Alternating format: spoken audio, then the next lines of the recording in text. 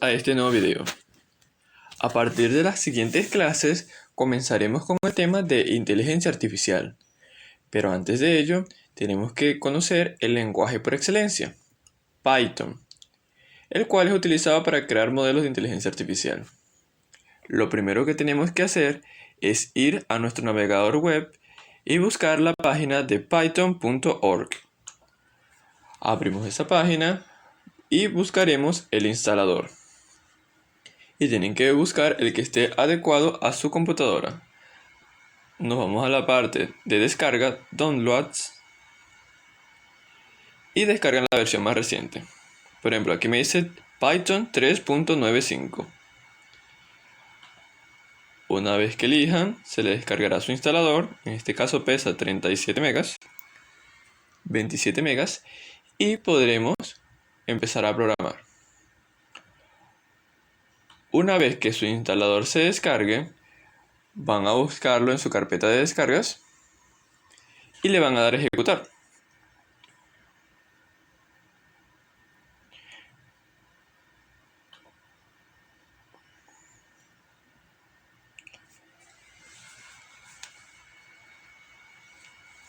Mientras tanto, pueden ir a abrir su editor Visual Studio Code.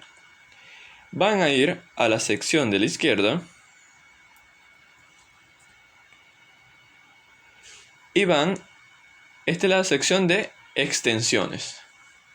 Y van a buscar la extensión de Python para que el editor les ofrezca todas las herramientas para este lenguaje. Extensión de Python, y encontrarán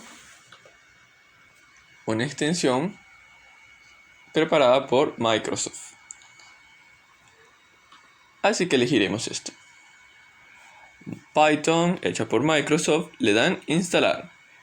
Como ya la mía es instalada, aquí solo me dice desinstalar o deshabilitar. Instalan esta extensión en el menú de la izquierda. Luego esperan a que el instalador se descargue y lo van a abrir. Ustedes van a elegir la primera opción y les va a pedir, además de la carpeta donde lo van a instalar, tienen que seleccionar las siguientes opciones. Primero, la documentación. También tienen que seleccionar esto que dice pip, que es lo que nos permitirá descargar los diferentes paquetes de Python. Que si para reconocimiento de voz, para interfaces, para desarrollo web, etc. Eso es como el NPM de Node.js. Aquí instalamos otras opciones muy importantes que nos pueden servir. Una vez hecho esto, le damos siguiente.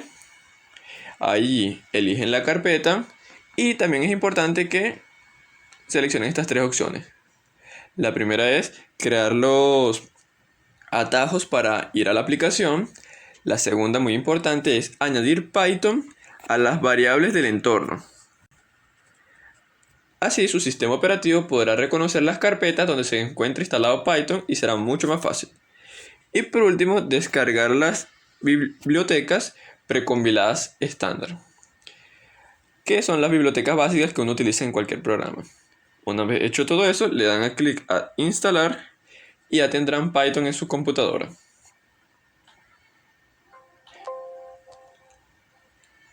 Una vez teniendo Python en su computadora, pueden ir a su editor de código Visual Studio Code, le dan nuevo archivo y seleccionan un lenguaje a través de este menú.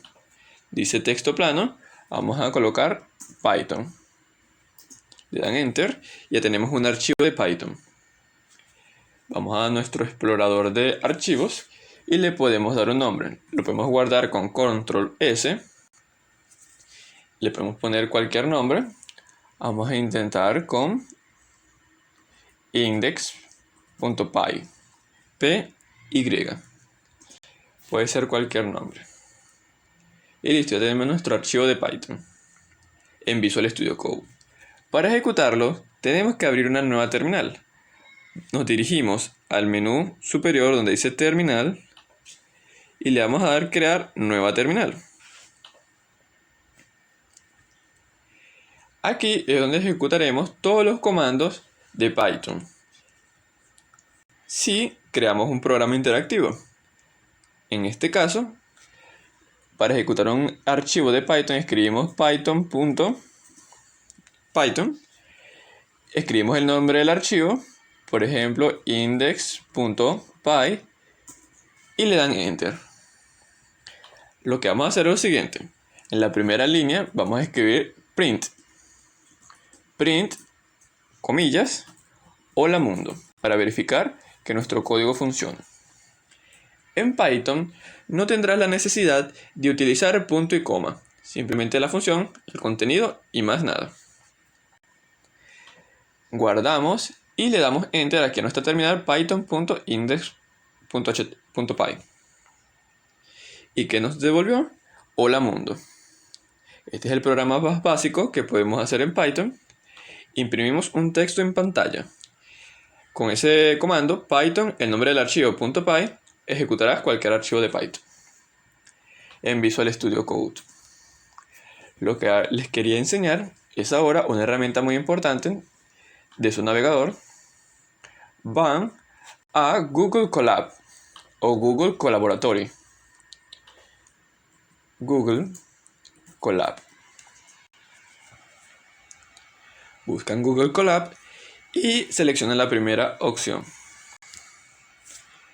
Google Collaboratory es una especie de aplicación virtual o una serie de máquinas que son aportadas por Google para que nosotros podamos programar modelos de inteligencia artificial.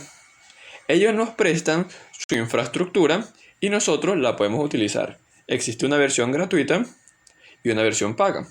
En esta versión gratuita podemos utilizar una CPU o una GPU de Google, que tienen más memoria RAM y más espacio de almacenamiento. Eso lo pueden ver en estos menús de la derecha. Cuánta RAM y cuánto disco nos está aportando Google con su forma de CPU.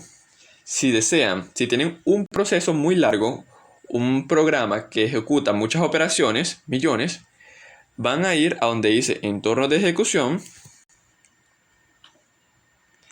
van a darle donde dice cambiar tipo de entorno de ejecución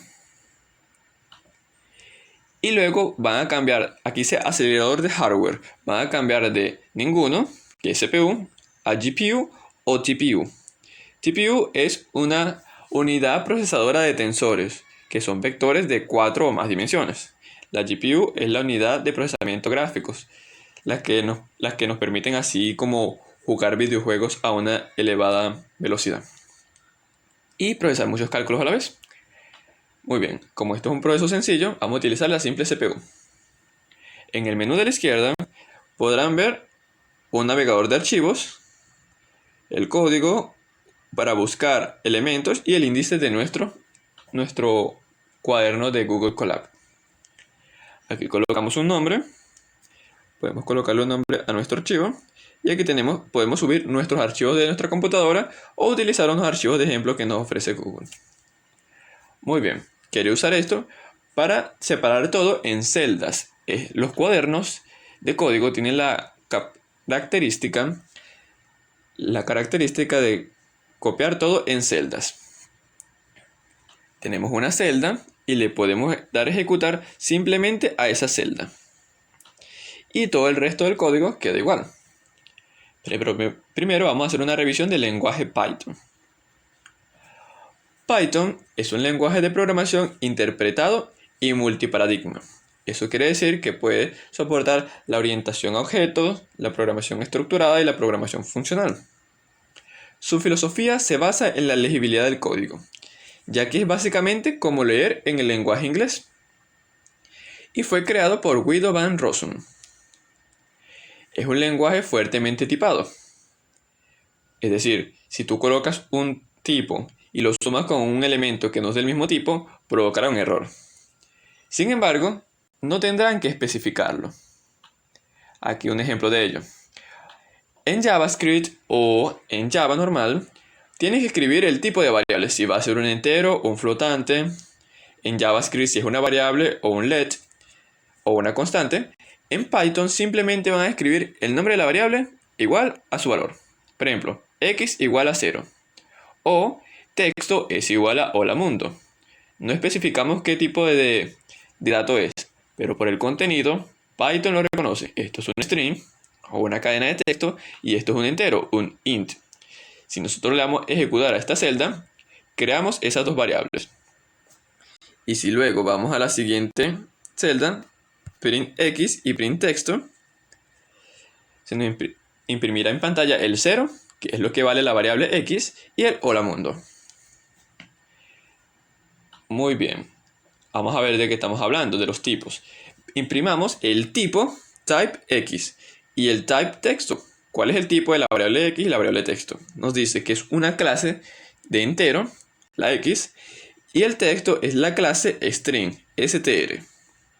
Por eso cada elemento tiene su tipo y si tú sumas número más texto, puede provocar un error. Sigamos con un resumen de Python. En Python, todo es un objeto.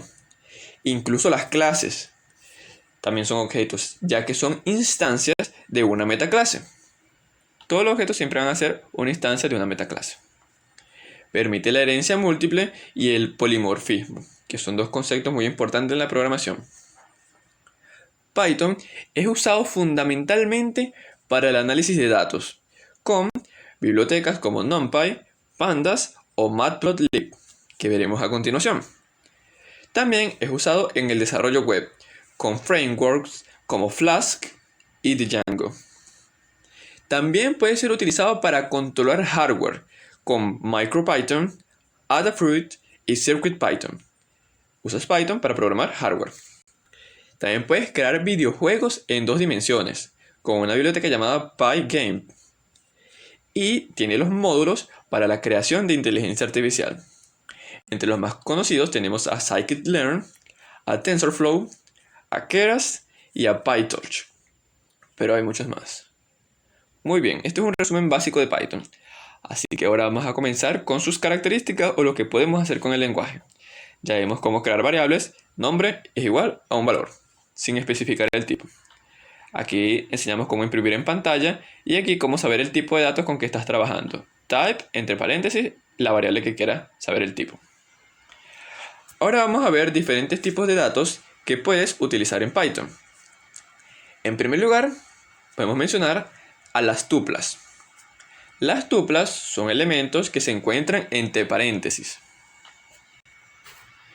Entre paréntesis y contiene elementos separados por comas.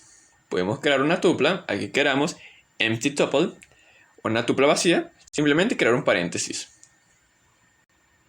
Y hay que ponerle al menos un valor y una coma. Tiene que tener al menos una coma. También la podemos crear con la función tuple y escribimos paréntesis. Si nosotros ejecutamos, obtenemos una tupla vacía. Ahora vamos a crear una con contenido. Tupla va a ser igual a paréntesis ABC, 42, 3, 14, 15. Una tupla de 3 elementos separados por comas. Como pueden ver, una tupla puede abarcar diferentes tipos. Tenemos un tipo string, un tipo entero, el 42, y un tipo flotante, que es el 3,14, con comas. Y también podremos acceder a ellos a través de sus índices. Cada elemento tiene una posición a partir del 0. El ABC es el elemento 0. El 42 es el elemento 1. Y el 3,1416 es el elemento 2. Si queremos ver tupla corchete 0, aquí estamos especificando el índice. Tupla corchete 0 nos devolverá el primer elemento, que es ABC. Importante es que las tuplas son inmutables, ya que no es posible modificar el contenido una vez creado. Si lo modificas o tratas de reasignarlo, provocará un error. Así que puede ser útil para algo que tenga que ser constante, por ejemplo, un punto con coordenadas XY o XYZ, y eso también lo podemos ver en próximas clases. Listas. Las listas son el equivalente a los arrays en otros lenguajes de programación. Son muy útiles y ampliamente utilizadas. Para crearlas, colocamos el nombre de la lista y unos corchetes. Va a ser igual a unos corchetes. Aquí hemos creado una lista vacía. También podemos crearla con la función list. List, entre paréntesis, creamos una lista vacía. Para crear una lista con elementos, simplemente creamos, vamos a darle a ejecutar esta celda y vamos a ejecutar esta. Creamos una lista que tiene varios elementos: 1, 2, 3, 4, 5, 6, 10, 20, 30, 40. Y están dentro de corchetes y separados por comas. Esto es como un array de elementos. Las listas también pueden ser obtener sus elementos a partir de su índice, comenzando desde el 0. El 1 es el elemento 0, el 2 es el elemento 1, el 3 es el elemento 2, y así sucesivamente. Tiene 9 elementos, o mejor dicho 10 porque el 0 cuenta. Si queremos acceder al elemento 0, el primero, listas corchetes 0, nos va a devolver el primer elemento de la lista, que es 1. Si nosotros queremos agregar un nuevo elemento, utilizaremos otra función. Pero primero vamos a acceder a través de su índice. Si tú colocas un índice positivo, comenzarás desde el inicio hasta el final. Vimos el elemento 0, que era el 1. Si tú colocas un índice negativo, por ejemplo, el -1, ¿qué estamos pidiendo? Le estamos pidiendo a Python que nos devuelva el último elemento. El -1 es el equivalente a recibir a este número 40. Por eso, al imprimirlo en pantalla, nos devuelve 40. En lista corchetes -1 nos devuelve el elemento 40. Y si nosotros escribimos lista 9, que el 40 también es el elemento 9, también nos devolverá el mismo valor. Exponente positivo de inicio hasta el final. Exponente negativo de atrás hacia adelante. En Python también podemos seleccionar solo un subconjunto de la lista, desde un punto hasta otro. Por ejemplo, aquí tenemos nuestra lista original. Si yo quiero ver la lista desde el elemento 2 hasta el elemento 6, utilizaremos la siguiente notación. Colocamos los corchetes, que es la lista, o estamos haciendo su índice, el valor inicial o el índice inicial 2, 2 puntos y el índice final, que es 6.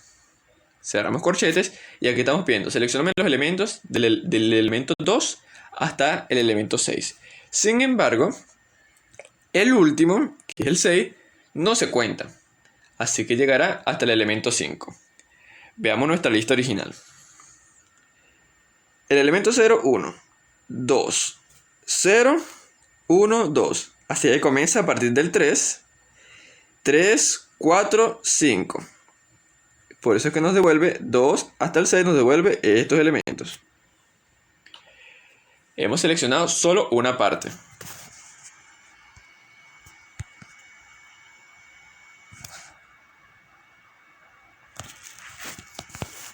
Hemos seleccionado una sola parte de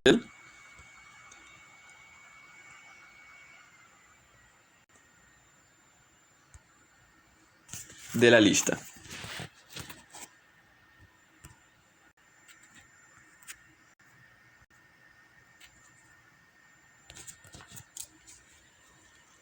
Muy bien, aquí hemos seleccionado solo una porción de la lista.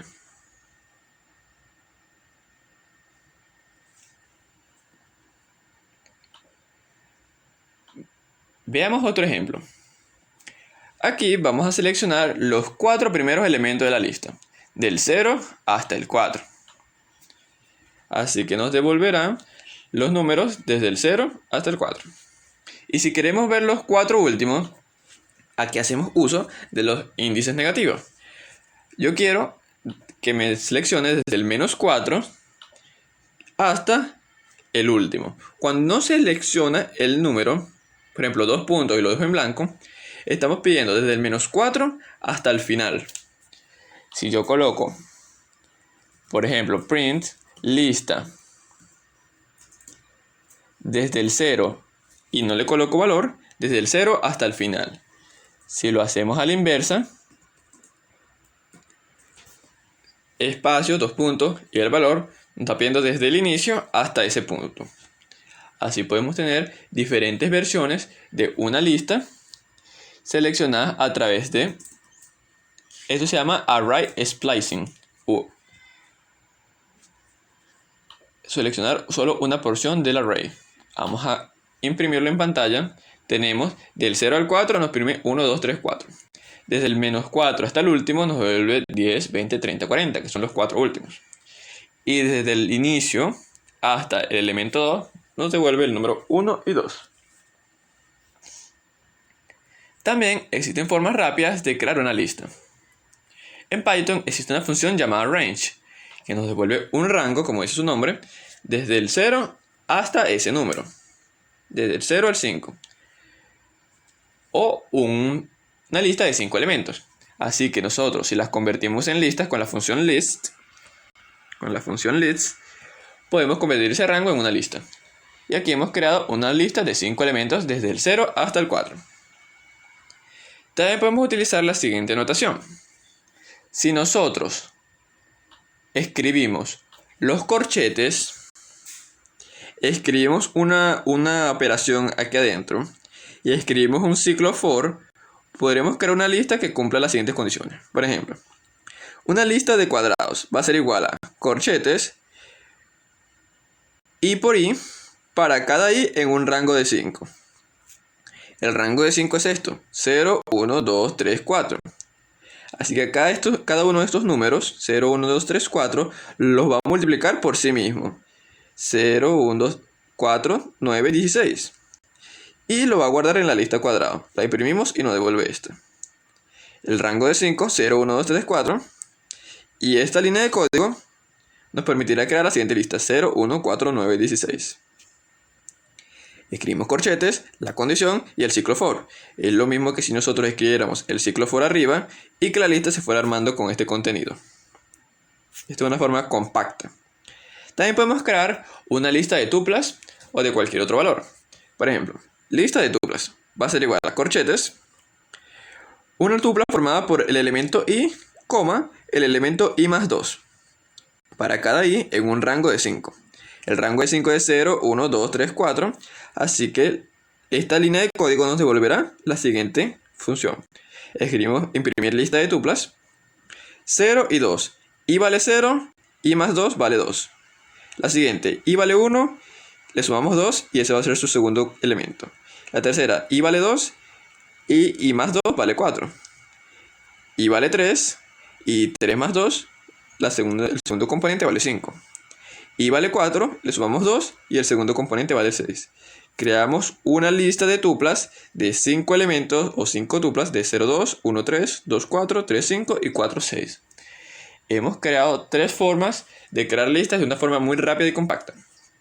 Por ejemplo, esta lista de tuplas las puedes utilizar para crear un polígono en pantalla, por ejemplo, que tenga los siguientes vértices. Muy utilizado para editar, para trabajar con fotos, por ejemplo. Otro tipo de dato que existe en Python son los conjuntos. Los conjuntos se pueden utilizar para eliminar elementos duplicados de una secuencia, ya que tú creas un conjunto y puedes meter varios elementos repetidos y siempre solo elegirá uno solo.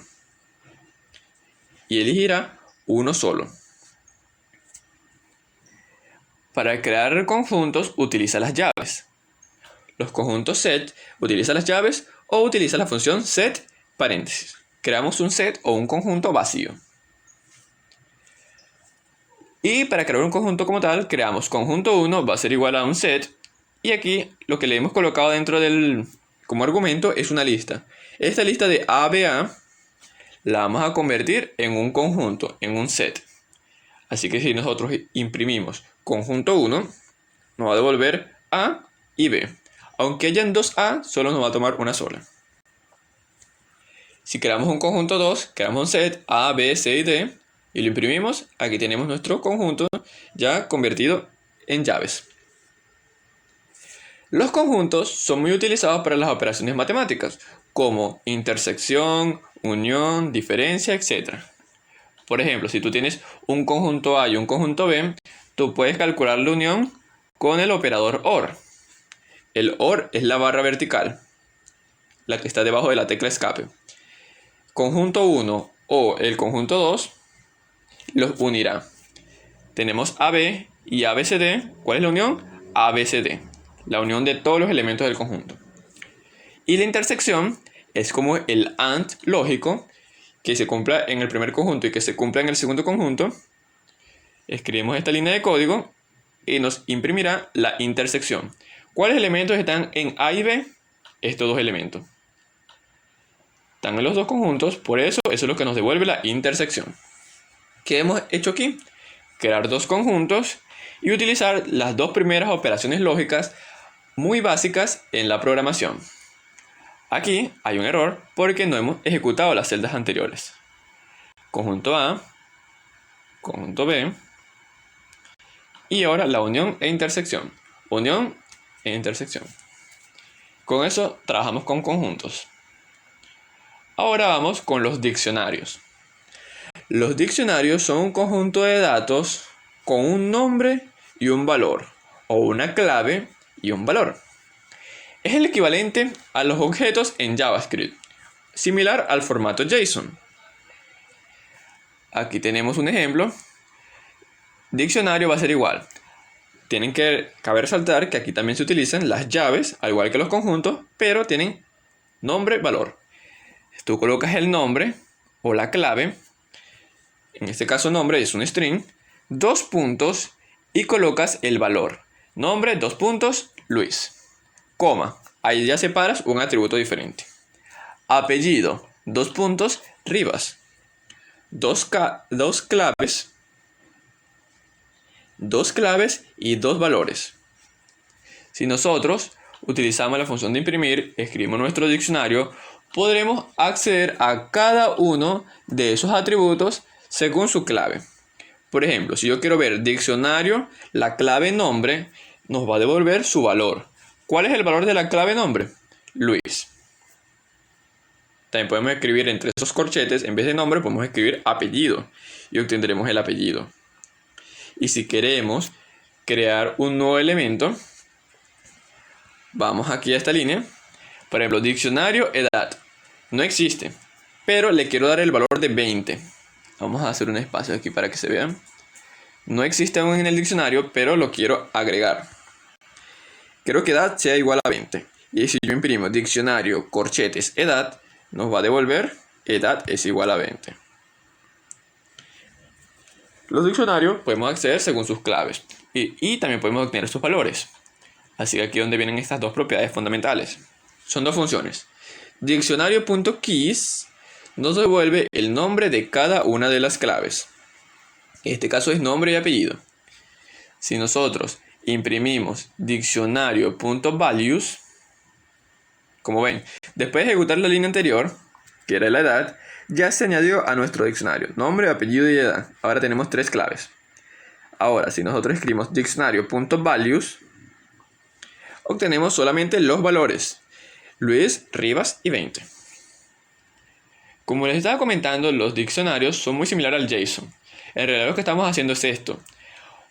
Un primer objeto o un primer elemento, una coma, y luego un segundo elemento. Ambos tienen un nombre y un apellido, una clave y un valor. Siempre que hayan 2 atributos o más, se tienen que separar por comas, excepto el último. Aquí también hay otro atributo, así que se separan por comas. Si le damos ejecutar a esta celda, que es el equivalente a escribir python.index.py en nuestro archivo de Visual Studio Code, ahí creamos nuestro diccionario, le damos a ejecutar, escribimos siempre el mismo código o el nombre que hayamos creado y ejecutaremos una y otra vez lo que hemos creado hasta el momento. Lo pueden hacer tanto en Google Colab como en su Visual Studio Code. Imprimamos los usuarios o nuestro diccionario. Aquí todo se nos imprime en una línea. Tenemos el elemento 0 y el elemento 1. El elemento 0 tiene un nombre John y el apellido Doe. Tenemos el elemento 1 que se llama Jane, Doe. Así que ya tenemos un diccionario. Como esto es un diccionario compuesto, también podemos acceder a sus elementos de una forma específica. Por ejemplo, yo quiero ver usuarios 0, o sea, esta clave. Y a usuario 0 le quiero ver el apellido, last name. Las dos claves las he colocado dentro de corchetes, 0 y last name. Si nosotros le damos a imprimir, eso nos va a imprimir DOI. Usuario 0, aquí. Apellido, aquí. Y nos devuelve este valor. El segundo, usuarios 1. Y quiero ver el atributo name. Así, usuarios 1, name, nos va a imprimir Jane. Ejecutamos y esto es lo que obtenemos. Si tenemos un objeto dentro de otro objeto o un diccionario dentro de otro diccionario, podemos agregar más corchetes. Pueden ser 3, 4, pero a medida que más grande se vuelve, más compleja se vuelve la información. Pueden ser 3, 4, 5 corchetes, dependiendo de qué tan grande sea nuestro diccionario. Ahora vamos con otro elemento básico en cualquier lenguaje de programación, que son los condicionales. If, else.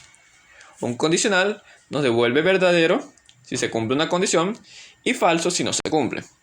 Por ejemplo, aquí hemos creado la variable booleana llamada condición y es igual a true. Puede ser true o false. Es importante que en Python esas variables booleanas, true o false, verdadero o falsos, se escriben con mayúscula, o si no será un error. Aquí hemos creado la condición y es verdadera. Si, if, la condición es verdadera, vamos a escribirlo aquí, si la condición es igual a true, nos va a imprimir print es verdadero. La condición se cumple, es verdadero. Cuando nosotros escribimos una condición y lo que esperamos es que sea verdadero, esto es opcional. Es igual a true, es lo mismo escribir si la condición se cumple. Si esto es igual a true, también imprimirá lo mismo. Si la condición se cumple, imprime es verdadero. Pero si no se cumple, podemos utilizar el else. O si no, haz lo siguiente. Si no, imprime es falso. Vamos a ejecutar primero. ¿La condición es verdadero? Sí. Va a imprimir es verdadero. Si nosotros cambiamos el valor de la variable condición a false, ¿la condición es verdadero? No. Va a imprimir es falso. No ejecuta la primera línea de código, sino que brinca al else, la segunda línea de código. Y así es como se trabaja con condicionales en Python. Como pueden ver, if, condición, 2 puntos. En otros lenguajes utilizamos las llaves. Unas llaves aquí, al inicio y al final del bloque de código. En Python no es así. Aquí utilizamos un 2 puntos. Y estos paréntesis tampoco son necesarios. Si la condición se cumple, imprime es verdadero. Se los coloqué para que se vea similar a otros lenguajes. En Python no son necesarios los paréntesis. Vamos a ver lo siguiente. La entrada de datos. En otros lenguajes podemos utilizar, por ejemplo en JavaScript, un prompt para pedir datos del usuario. En Python utilizamos la función input. Aquí escribimos un texto, por ejemplo, escribe un número. Y esto es lo que el mensaje que nos aparecerá en pantalla. Aquí estamos pidiendo una entrada de datos.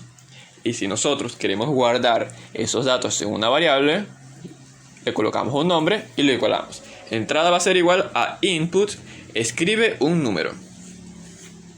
Y aquí he colocado un condicional. Si la entrada o el número que hayamos escrito es igual a 1, imprime ganaste. De lo contrario, me va a decir elige otro número. Si yo le doy a ejecutar, en Google Colab me va a aparecer este menú. Si no, le aparecerá en su terminal esta entrada de datos. Vamos a hacerlo por los dos lados. Primero por aquí. Si la entrada escribe un número es igual a 1, me va a decir ganaste. Si no, me va a decir elige otro número. Como pueden ver ahí, me está diciendo escribe otro número. ¿Por qué está ocurriendo esto a pesar de que escribir 1? Porque todo lo que tú escribas dentro de input, todo, va a devolver un string, una cadena de texto. Así que tienes que realizar las conversiones primero. Porque en realidad lo que nos está comparando es esto. Si el 1 que yo escribí es igual al 1 entero, va a imprimir ganaste. Pero esto no es igual. Uno es un string y uno es un entero. Así que utilizamos la función para convertir. Int, paréntesis, entrada. Nuestra entrada va a ser, nuestro input escribe un número, pero lo vamos a convertir en un entero. Int, encerramos entre paréntesis esa expresión y ahora es un entero. Vamos a darle a ejecutar nuevamente. Primero, vamos a escribir otro número diferente de 1. Me va a decir, elige otro número. Si yo le doy a ejecutar nuevamente y escribo 1, me va a imprimir lo siguiente. Ganaste. Porque el 1 de la entrada es igual al 1 entero que dice aquí. La condición se cumple y va por la primera línea de código. Y la segunda se ignora. Así utilizamos la entrada de datos y los condicionales. Y recuerden las conversiones de datos. Puede ser int, puede ser float, puede ser booleano, pero por ahora vamos a dejarlo en int. Como ven, aquí hemos repetido la misma línea de código varias veces. En Google Colab es fácil reiniciar la celda, pero en un editor implicaría escribir el código una y otra vez. Por ejemplo, entrada va a ser igual a int input escribe un número. 2 puntos y listo. Yo tengo mi entrada, mi número guardado en la variable entrada. Si yo quiero imprimir, coloco mi condicional if entrada es igual a 1, 2 puntos, print ganaste. Else print elige otro número.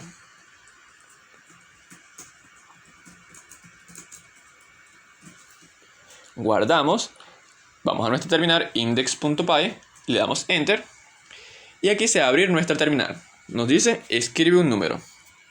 Aquí yo puedo escribir un número, por ejemplo 0, y me dice elige otro número y se cierra el programa. Por eso me da otra línea de código.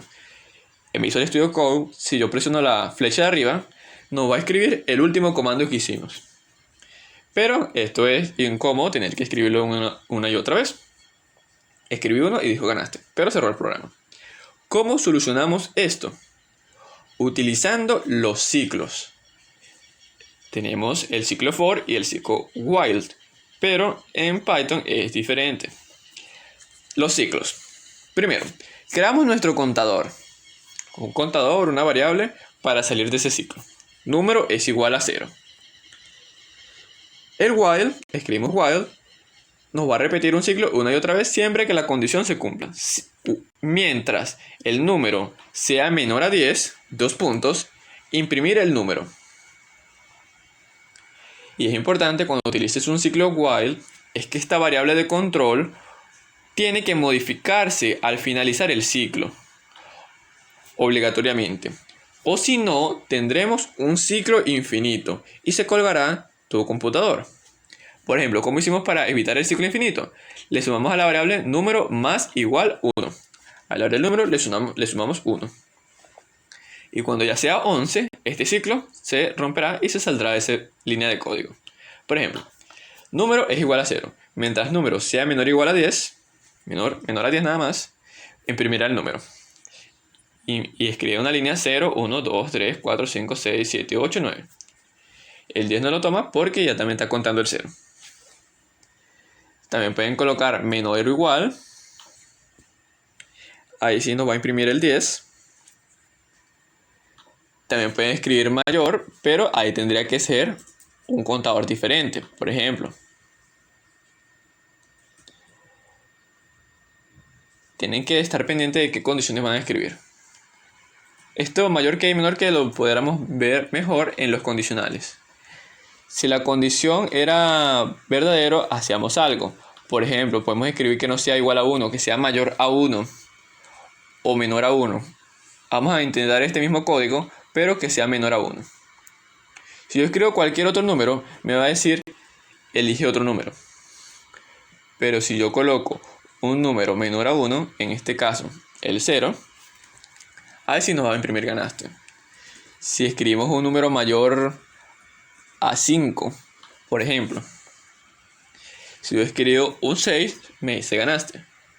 Pero si escribo otro valor, me va a imprimir elige otro número. Aquí estamos haciendo las comparaciones. Tenemos menor que, mayor que, menor igual que, mayor igual a que, igual igual, que sea exactamente igual, o no igual. Escribimos el signo de exclamación hacia abajo, el igual y el valor que queremos comparar. Vamos a ejecutar aquí esta celda. Escribimos un número, no es mayor a 5, así que imprime y elige otro número.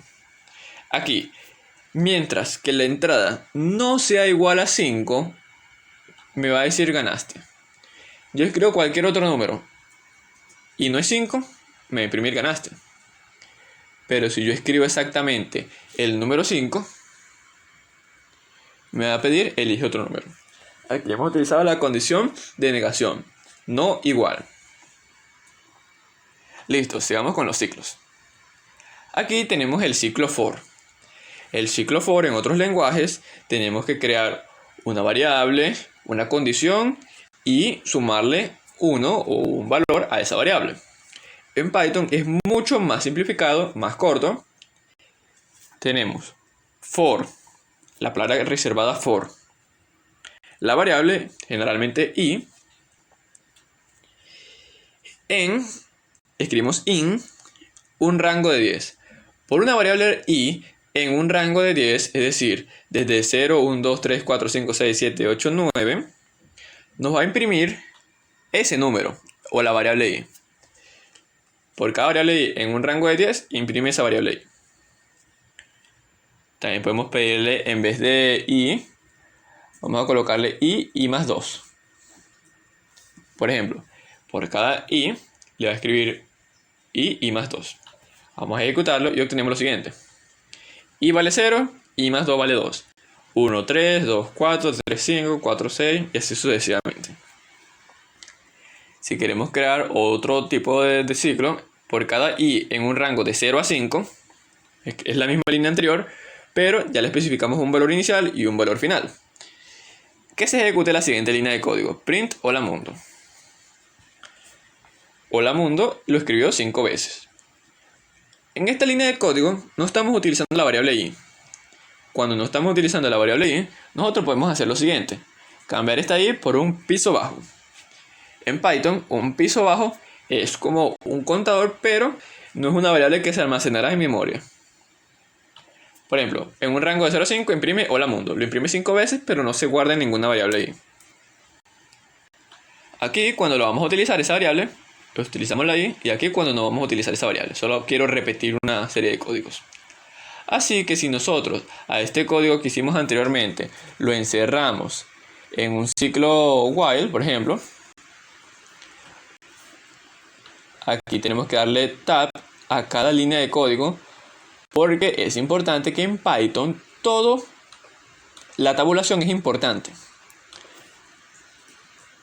Si tú colocas un elemento fuera de la tabulación, provocará un error. Por ejemplo, si yo coloco un ciclo while, todo lo que esté dentro del ciclo while tiene que tener la misma cantidad de sangría. Y utilizamos la tecla tab. No es colocar 4 espacios, porque también puede provocar un error. Por ejemplo, mientras esta condición sea verdadera, ejecutamos lo siguiente. Vamos a colocar la condición: mientras entrada no sea igual a 5, me va a imprimir esto.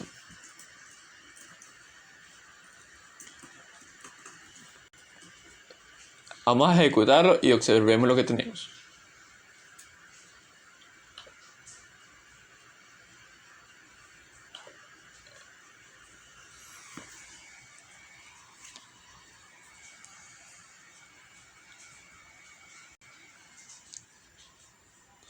Esta condición o la entrada la tenemos que colocar arriba, porque antes de hacerla o compararla tenemos que crearla.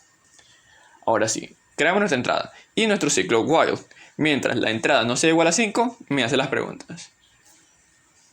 Por ejemplo, escribo un número 8.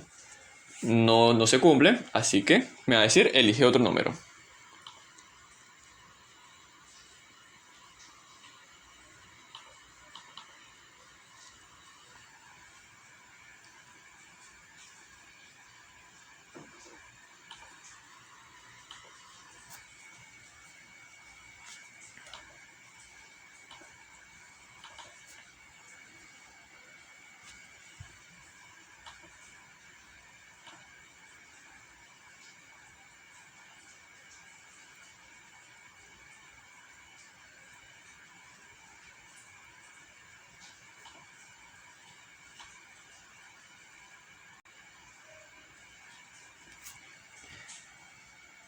Una vez que hemos terminado con los ciclos, vamos a utilizar las funciones.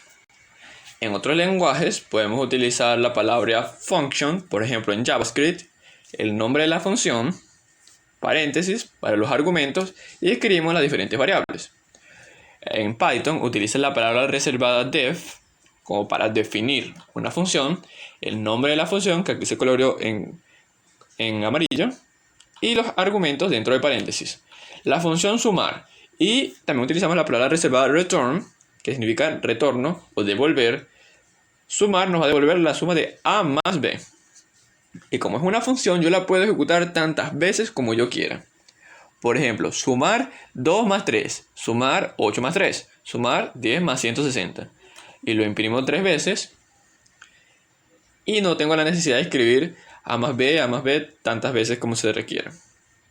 Hemos creado una función que se puede repetir una y otra vez.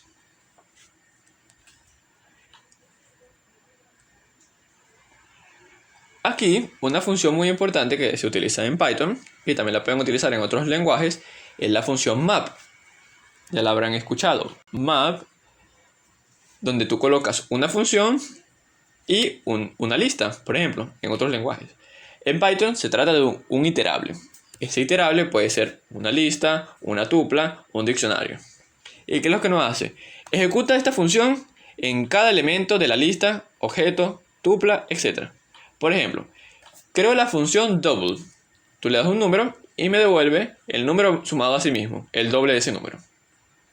Tengo una lista llamada numbers. 1, 2, 3, 4, 5 y 6.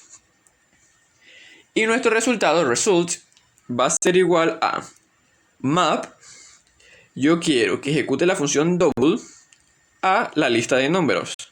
Esta función que se ejecute a cada elemento de numbers. Si yo quiero imprime el resultado convertido en una lista, list result, nos va a imprimir lo siguiente. Nuestra lista, 1, 2, 3, 4, 5, 6.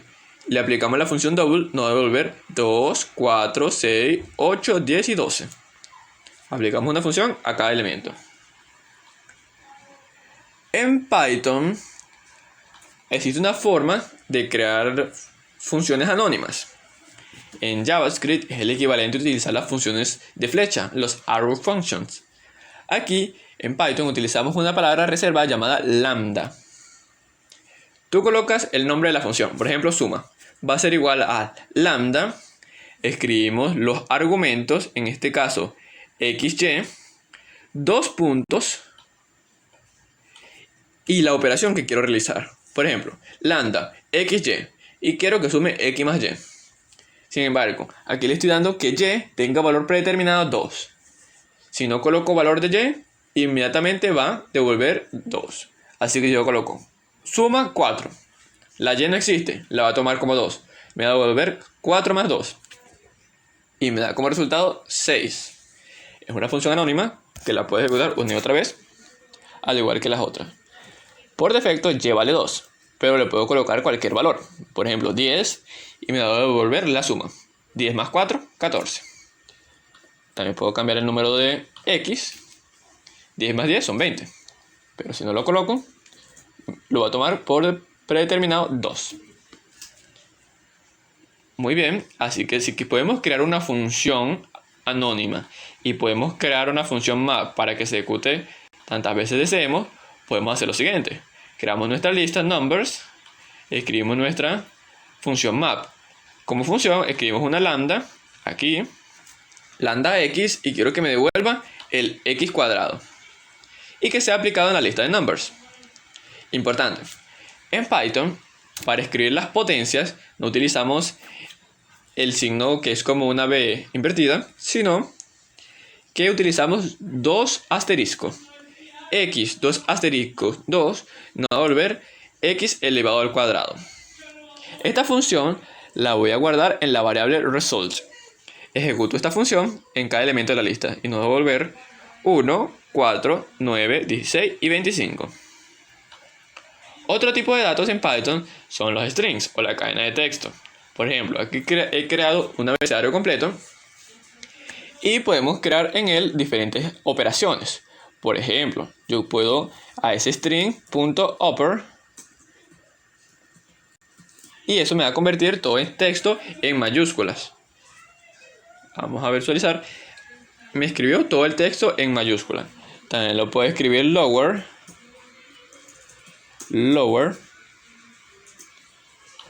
y me va a imprimir todo el texto en minúscula, que es igual al original.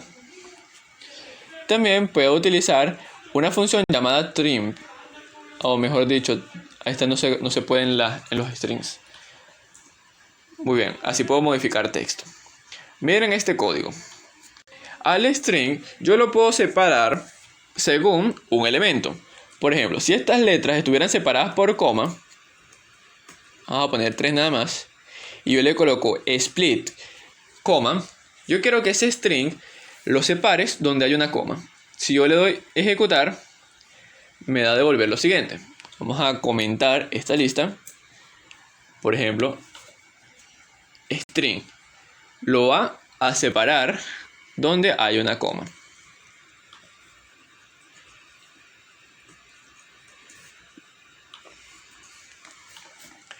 A continuación, vean la siguiente línea de código. Tenemos un string y voy a usar la función split. Split me va a convertir ese elemento en una lista y lo va a separar. Vamos a ver su contenido. Devuelve una lista de palabras que estén dentro del string, utilizando un separador para dividir a ese string. Si yo no coloco ninguno, lo va a tomar por predeterminado, donde hay un espacio o un espacio vacío. Ahora, lista 2 va a ser igual a map list lista 2. ¿Qué estoy haciendo aquí? A la lista 2, que es este texto que separado, lo quiero que lo convierta en una lista y lo guarde en la palabra lista. Si nosotros ejecutamos, ¿qué es lo que va a hacer? A nuestro texto lo va a convertir en lista, pero cada letra A, B, C, D, E, F, G y así sucesivamente. Hemos convertido un texto en una lista y esa lista letra por letra, usando map, y la función que estamos usando en este caso es list, que es la misma que utilizamos para convertir. Muy bien, ahora que ya sabemos lo básico, tipos de datos, ciclos y funciones, un aspecto muy importante es esto. En otros lenguajes existe el try catch. Hacer una condición, si ocurre un error, haz lo siguiente. En Python utilizan el try, se ejecuta esta función. Si ocurre un error, se va a ejecutar el exec. No va a imprimir algo salió mal. Si las dos funciones se cumplen o no se cumplen, hay error o no, de todas maneras se va a cumplir esta línea de código. Finally, print el try exec ha finalizado. Lo que estamos haciendo aquí es el manejo de errores. Por ejemplo, tú estás creando una aplicación web y ocurre un error de señal. Se va a guardar en esta variable exec. Por ejemplo, puede ser un type error. En Python puede ser un error de tipo. Usaste un tipo mal. Sumaste un número con una letra. Así que te va a imprimir algo salió mal. Y de todas maneras va a imprimir esta línea de código. Puede ser que hayas escrito un número mal y quieres al pedirle al usuario que repita la entrada. Pero estos son los errores graves, lo que tendrían tu código. Por eso es importante usar el try exec. Una vez que hemos terminado con lo básico de Python, vamos a empezar a hablar de el análisis de datos con Python. Primera biblioteca que les voy a enseñar se llama Pandas, herramienta para el análisis de datos. Permite trabajar eficientemente con tablas de datos. Para importar una biblioteca utilicemos la palabra reservada import, el nombre de la biblioteca pandas, as pd. El as pd quiero que esa variable panda, que es larga, la guarde en una variable más corta que tú le puedes poner cualquier nombre. En este caso le puse pd. Si yo le doy a ejecutar, ya tengo instalada mi biblioteca.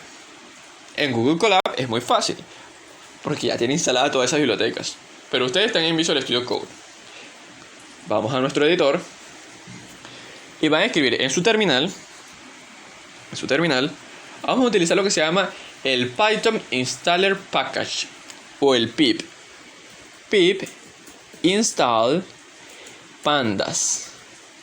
Quiero que el instalador de paquete descargue la biblioteca Pandas. El código buscará en las bibliotecas de internet donde la puede encontrar y se la descargará en sus computadoras. Pip install Pandas.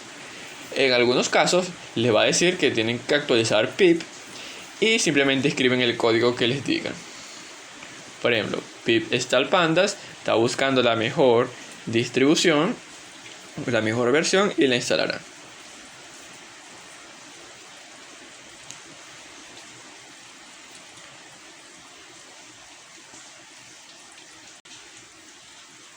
Muy bien, ya comenzó a buscar, dice descargando Panda, buscó la versión 1.24.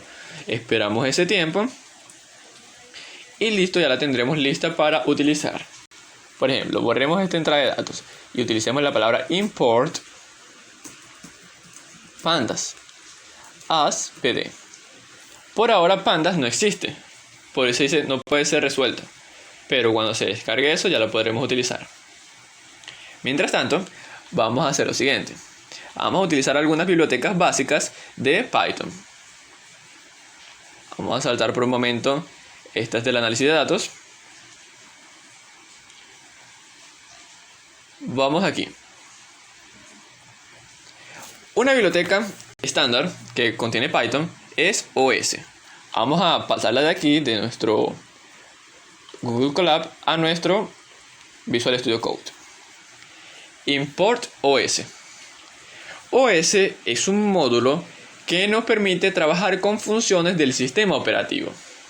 Por ejemplo, OS name nos va a devolver el nombre del sistema operativo. Por ejemplo, vamos a guardarlo dentro de una función print.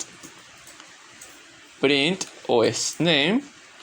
Y esta función OS mkdir nos va a crear un directorio, make directory, en esta ruta que ustedes especifiquen. Va a crear una carpeta en la carpeta temp ejemplo y se va a llamar ejemplo. Vamos a verla en el Colab. Ejecutamos import OS. ¿Cuál es el nombre? Vamos a darle primero imprimir print OS name. Imprime el nombre del sistema operativo. Y esta línea se cancelará porque ya el archivo existe. Y aquí es donde es útil utilizar el try catch o el if else. Si el archivo no existe, lo creas. Si no, no hace nada. Vamos a borrarlo mientras tanto. Ejecutamos nuestra celda y nos va a imprimir el nombre de nuestro sistema operativo. En este caso Google Colab es POSIX. Una función muy importante también al trabajar con el sistema operativo son las variables de entorno. Utilizas OS, environment variable, punto. Pueden utilizar tanto la palabra get, el nombre de la variable del entorno, por ejemplo, API key, cuando estén trabajando con claves privadas, y así obtienen la variable de entorno y la guardan en un nombre. Por ejemplo, token.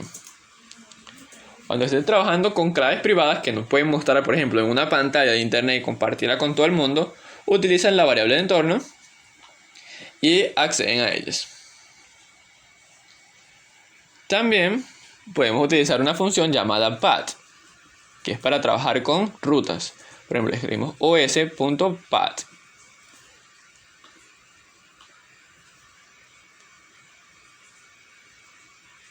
Path. Si nosotros le escribimos paréntesis, nos va a decir que esto es un atributo. Y así podremos trabajar con rutas. Cuando no conocemos una función, podremos utilizar lo siguiente. Escribimos help os.path. Vamos a comentar esto porque no existe la variable de entorno API key. Help os.path. Nos va a devolver una serie de instrucciones de cómo utilizar esa módulo, función, paquete, etc. Por ejemplo, la función path nos devuelve lo siguiente. Tenemos primero path_exit. Aquí lo podemos colocar en un director, en un condicional. If pad exist, haces una función. Si no existe, lo creas. Aquí puedes obtener el nombre del directorio, dir name. Aquí abajo, vamos aquí abajo, is dir, si ese directorio existe. Is file, prueba si es un archivo regular. Y esta también es muy importante, joint. os.pad.join nos permite unir dos rutas o dos cadenas de texto. Por ejemplo, insertando en la barra invertida cuantas veces se necesita. Si tú tienes la carpeta, por ejemplo, mis documentos, / puedes utilizar join, el nombre de la carpeta que tú quieras elegir. Vamos a dar un ejemplo de eso. Supongamos que tú estás trabajando con carpetas y haces un ciclo for, por ejemplo, for i in range 0,5. Y tú tienes varios archivos o varias carpetas. Por ejemplo, si trabajamos aquí, if os.pad.exist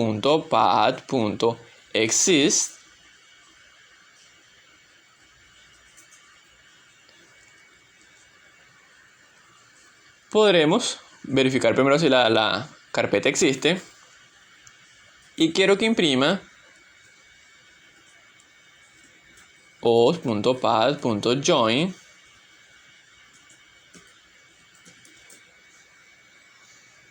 aquí donde tú utilizas la base, por ejemplo, imágenes o public imágenes para los que trabajan en desarrollo web, y lo concatenan o lo unen con el operador más y colocan el nombre de la variable y le colocan, vamos a colocarle imagen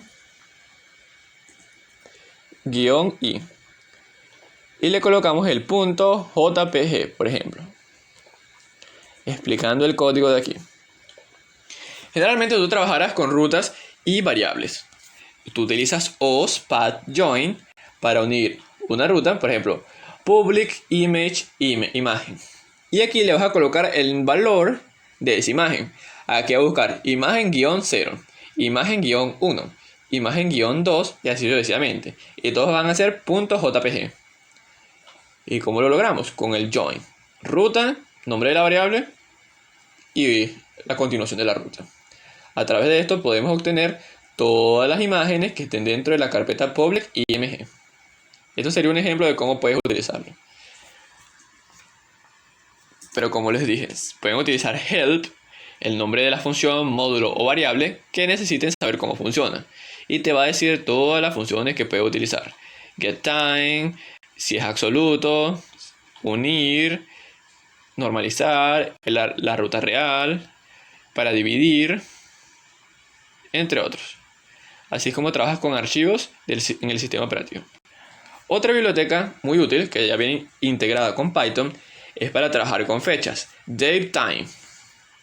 DateTime utiliza el mismo atributo DateTime y la función Now. Now nos imprime la fecha y hora actuales. Ejecutémoslo. Y la fecha y hora actuales se van a guardar en la variable X. Luego imprimimos la variable X, que nos dice año, mes, día, hora, minuto, segundo y microsegundo. Y tú puedes acceder a palabras específicamente de esa fecha. Por ejemplo, si yo quiero ver por el año, coloco x.year. X.year, que nos va a imprimir 2021. Ejecutamos y obtiene 2021.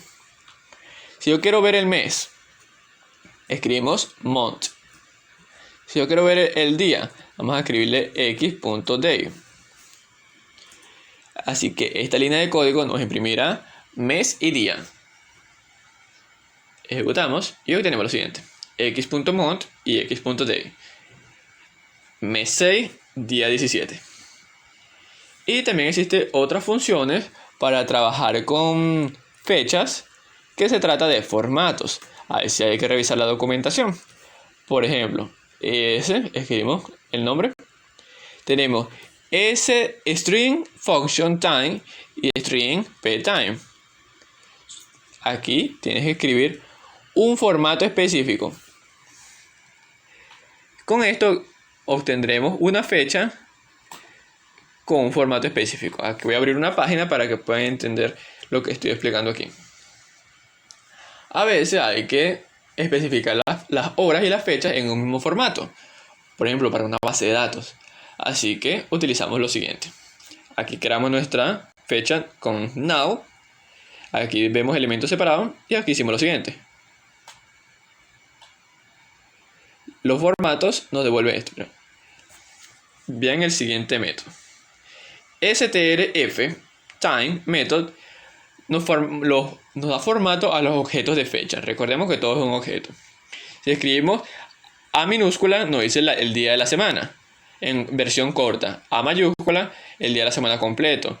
El día, el mes, el año, la hora en el formato de guiones.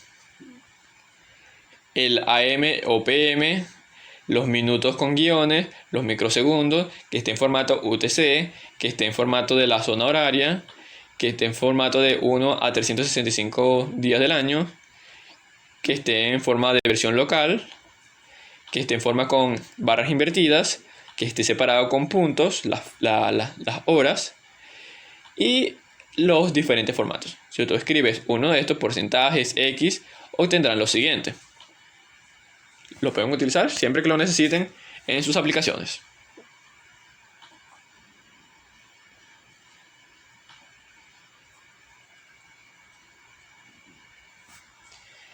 Sigamos con la explicación. Ya vimos las fechas. Otra biblioteca muy útil que podrán utilizar es para trabajar con JSON. Habíamos dicho que los objetos son equivalentes al JSON, pero hay que igualito convertirlo. Utilizamos la biblioteca JSON. Aquí tenemos un objeto de prueba llamado X, que tiene un nombre, edad y una ciudad. Y para convertirlo a JSON utilizamos la siguiente. Después de importar esto, import JSON, utilizamos json.dumps.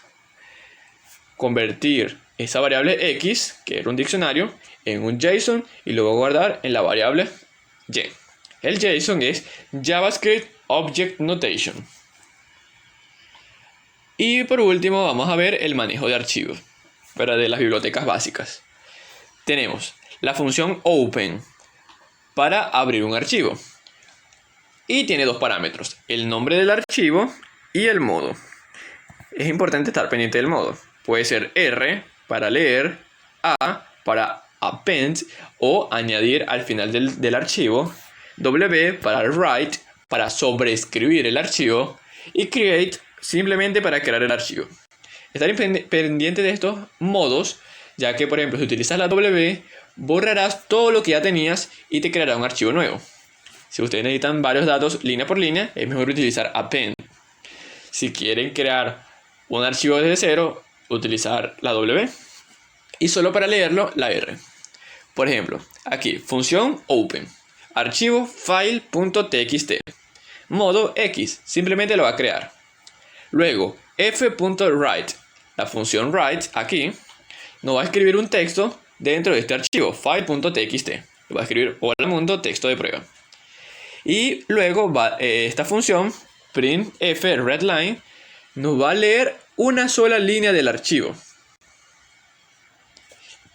Y cuando trabajas con archivo es común abrir, utilizar y luego cerrar para liberar espacio en memoria. Así que tienen que colocar el f.close. Esta línea de código la quiero ver en el Visual Studio Code, ya que para que puedan visualizar mucho mejor lo que vamos a hacer.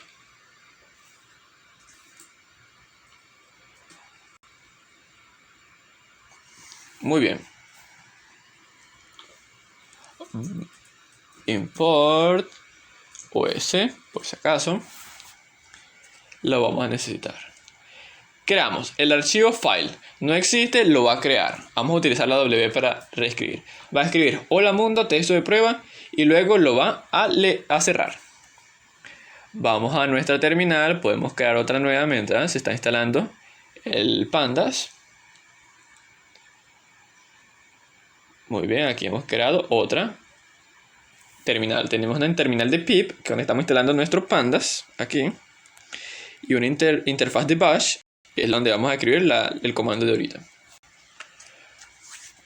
Vamos a nuestra terminal y escribimos python index.py. Python index.py, el nombre de nuestro archivo.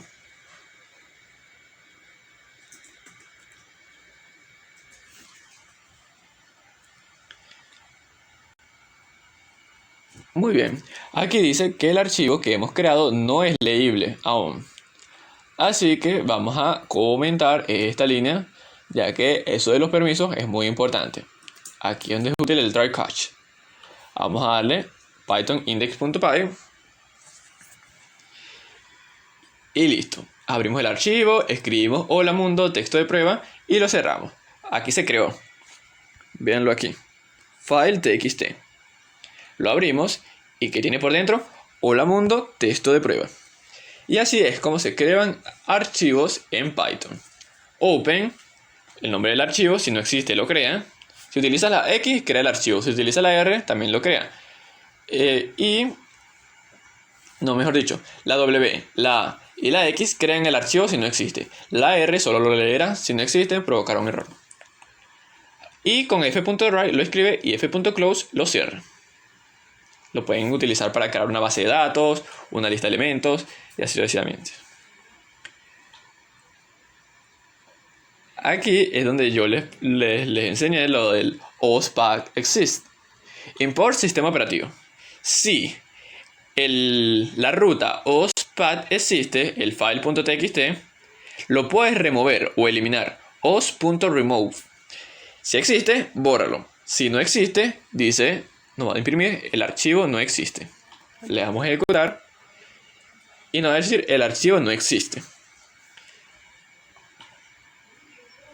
Si nosotros lo ejecutamos, el anterior lo creó en alguna carpeta. Y aquí me va a decir, como ya existe, solo lo removió.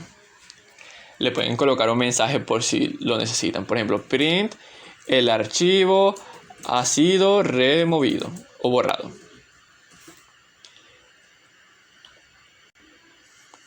Lo creo.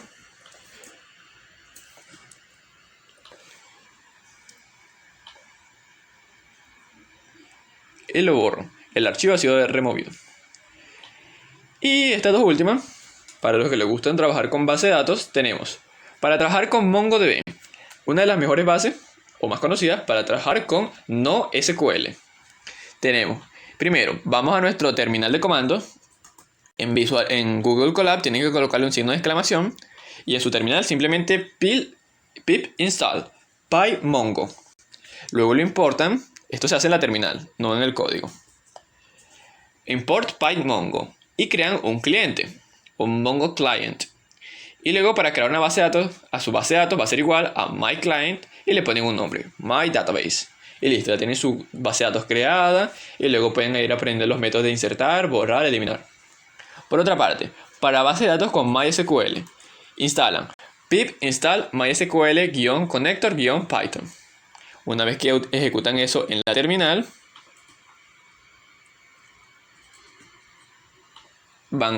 escriben import mysql connector y crean su base de datos con un host, un usuario y una contraseña. Y pueden imprimir su base de datos. Muy bien, estos son para trabajar con base de datos, estos son para trabajar con archivos, esto para trabajar con JSON, fechas, para trabajar con archivos del sistema operativo. Así que vamos a lo que vinimos el día de hoy. Aprender a utilizar datos para crear modelos de inteligencia artificial. Eso lo veremos en la próxima clase. Pero, en realidad, para trabajar con inteligencia artificial, el paso más importante son los datos. Porque lo que tú vas a programar en inteligencia artificial pueden ser hasta 5 líneas. La mayor parte del trabajo se hace en el preprocesamiento de los datos. Así que les enseño las siguientes bibliotecas. Import pandas as pd. Van a su terminal.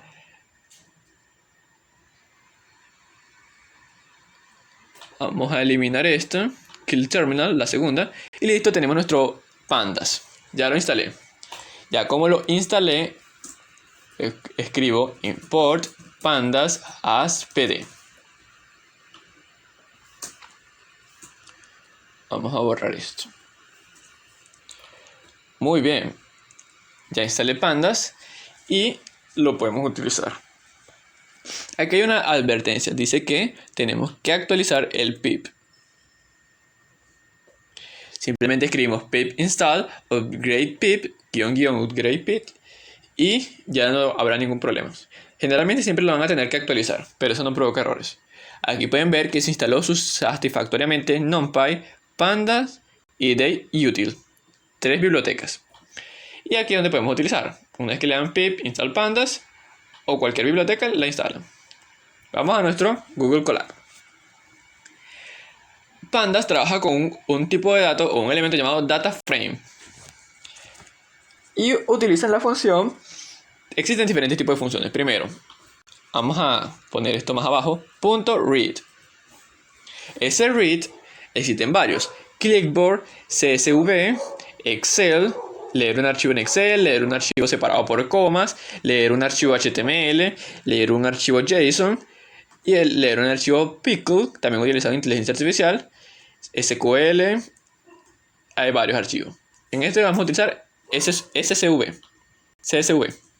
archivos separados por coma. Y aquí vamos a hacer uso de las carpetas predeterminadas ofrecidas por Google Colab. La ruta, van a copiar aquí donde dice copiar ruta y la van a pegar aquí. Quiero abrir, lee content sample data, que es esta carpeta, California Housing Train .csv y le doy df o printf y nos va a devolver una tabla de valores que están dentro de esta carpeta, de este archivo, que tiene latitud, longitud, latitud, la edad de la casa, el número de habitaciones, el número total de habitaciones para dormir, la población, los habitantes y el ingreso que ganan esas personas y por último el precio promedio de esas casas. Ese es un archivo muy utilizado ya que es el ejemplo básico para crear un modelo de inteligencia artificial para regresión lineal. Listo, con pandas. pd.read.csv y lo imprimes en pantalla. Para ver una columna específica, estas son las columnas o los atributos, vas a utilizar igualmente que los diccionarios. Corchetes, el nombre de la columna. Por ejemplo, tenemos median income. Y pueden ver cuáles son esa columna. Si nosotros le damos a ejecutar, obtendremos una lista o una columna de 16.999 elementos. Y tienen un precio de 1,9, 1,82 y así sucesivamente. Si tú quieres ver solo 10, utilizas la función head y especificas el número. Por defecto vale 5. Vamos a colocar, quiero ver los 10 primeros. Los 10 primeros me va a devolver estos. Y cuando tú eliges una columna en pandas, ya el tipo de datos es diferente. Si vemos el type de esta columna es un pandas.core series. Una tabla es un data frame. Una columna es una serie. Vamos a ver lo siguiente. Aquí, para seleccionar dos columnas específicas, por ejemplo, utilizan los corchetes iniciales y adentro van a tener que colocar otros corchetes porque es una lista de listas. Una lista que tiene los siguientes columnas: Total Rooms y Median House Value. Total Rooms y Median House Value. El número de habitaciones y el promedio del precio de esa casa o la mediana. Si tú quieres ver los 5 últimos, utiliza la palabra tail. Aquí, ¿qué estamos haciendo? Combina esta columna y combina esta columna y créame una tabla con ello. Y aquí tenemos una tabla donde se muestran los 5 últimos: 95, 96, 97, 98 y 99. head te devuelve los primeros y tail te devuelve los últimos. Y hemos creado una tabla, un subgrupo de los elementos de la tabla y vuelve a ser un data frame. Si queremos ver las dimensiones de esta tabla, utilizamos datos, ya que la tabla la llamé datos, .shape. .shape te va a devolver las dimensiones. En este caso, 16.000 filas, 2 columnas. Eso es lo que mide. Cuando trabajas con pandas, también puedes utilizar las operaciones lógicas. Mayor que, menor que, igual que, no igual. Por ejemplo, aquí creo una variable llamada menor que 50.000. Voy a mi tabla datos. Abro corchetes. Cuando abro corchetes estoy hablando de índices. Y aquí escribo otra vez datos, corchete, median house value. ¿Qué es lo que estoy especificando? Quiero que me imprima los datos o el precio de la casa que sean menor a 50.000. Datos, precio de la casa, que sea menor a 50.000. Eso nos va a devolver una lista de true o false. Verdadero, verdadero, falso, falso. Y los que sean verdaderos se van a guardar aquí, en less than 50. Si le damos a ejecutar, obtenemos lo siguiente. Habitaciones y precio de la mediana de la casa. Menores a 50 está este de 48, 48, 45, 25, 14.999, etc. También podemos pedirle que en vez de que sea menor a 50.000, que sea mayor. Utilizamos el mayor que. Y ahora me va a devolver las casas mayores a 50. Es 66, 80, 85, etc. Así podemos sacar un subgrupo de los datos de una tabla. Aquí accedemos. Y esto, que está dentro del corchete, nos va a devolver una lista de true o false que se van a guardar en esta variable. Ese es el manejo básico de pandas. Ustedes pueden verificar la documentación si buscan pandas documentation. Buscamos en Google y cada biblioteca que vayamos aprendiendo podemos buscar su documentación para saber qué funciones y qué métodos podemos utilizar. Vamos al primero, pandas.pydata.org docs, y podemos ver cada uno de las funciones y métodos que podemos utilizar. Por ejemplo, vamos a comenzar. Getting started.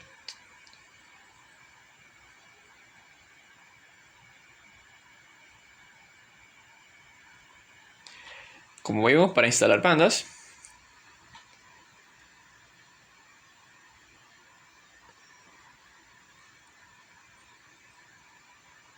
y aquí nos devuelve varios ejemplos. Cómo crear gráficas, cómo crear un subgrupo de las tablas, que es lo que acabamos de hacer ahorita, cómo leer y escribir datos, que pueden ser CSV, Excel, HTML. Cómo puedes calcular estadística, por ejemplo, tú puedes colocar en pandas, mi tabla se llama datos, y si tú colocas el punto, puedes ver las funciones que puedes realizar. Por ejemplo, aquí tenemos append para crear un nuevo elemento, columns, copy para crear una copia de la tabla, count para ver el número de elementos que hay. Por ejemplo, datos count, el eje 0 nos va a devolver, hay 16.000 datos de habitaciones y 17.000 datos de precios. Es importante, ya que cuando trabajas con inteligencia artificial tienes que saber cuál es la longitud de tus datos para dividir una parte para entrenamiento y una parte para pruebas. También hay algo que se llama isNA. Existen datos que los usuarios no rellenan. Y si tú utilizas la función isNA, te va a devolver cuántos datos quedaron vacíos. Aquí pueden ver que el 0, 1, 2, 3, 4 no tiene elementos nulos. Ninguno de estos tiene elementos nulos. Lo que podemos hacer es lo siguiente. Datos, corchete, datos isNA. Ejecutamos y obtenemos. Vamos a obtener los datos que sean nulos. Aquí, para seguir con este ejemplo, vamos a hacer lo siguiente. Borramos aquí. Vamos a abrir un documento de nuestra computadora aquí en este botón. Aquí. Se abrió nuestro explorador de archivos. Cuando yo les pedí el formato de inscripción, yo les hice unas preguntas ahí que no venían al caso, pero que se iban a utilizar para estos ejercicios de datos. Así que vamos a ello.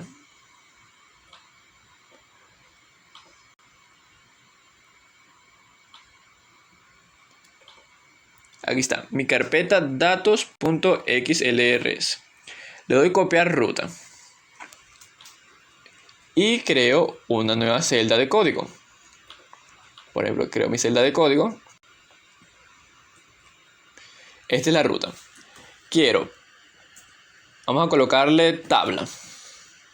Va a ser igual a pandas.readExcel, porque esta es una hoja de datos de Excel, comillas, se llama datos XLSX. Cerramos comillas, cerramos paréntesis y listo. Vamos a ver nuestra tabla. Cuando yo le pedí datos, hay varios que quedaron vacíos. Como pueden ver, aquí hay un nulo, none. Y aquí hay none, pero de las notas. Son demasiados datos, ¿verdad? Así que podemos ver utilizando la función head o la función tail. Vamos a ver 5. Vamos a ver los 5 primeros. Mujer, 28, 29, 24, 18, 18, horas de estudio y nota. También podemos ver cuántos datos hay nulos. Por ejemplo, tabla.isNone. ¿Cuántos datos nulos hay?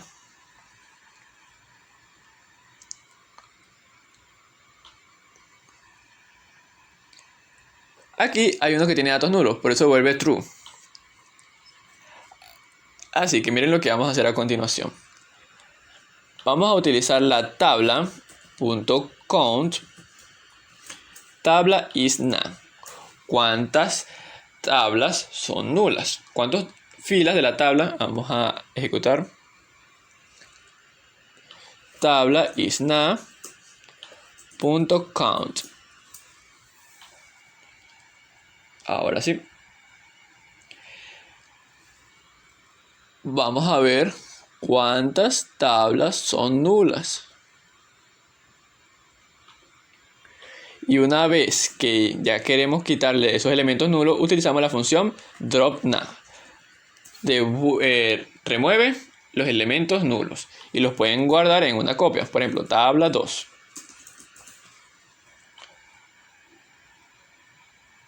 Listo, ya que hemos eliminado los elementos nulos. Si nosotros vemos tabla.tail, vamos a ver los 10 últimos.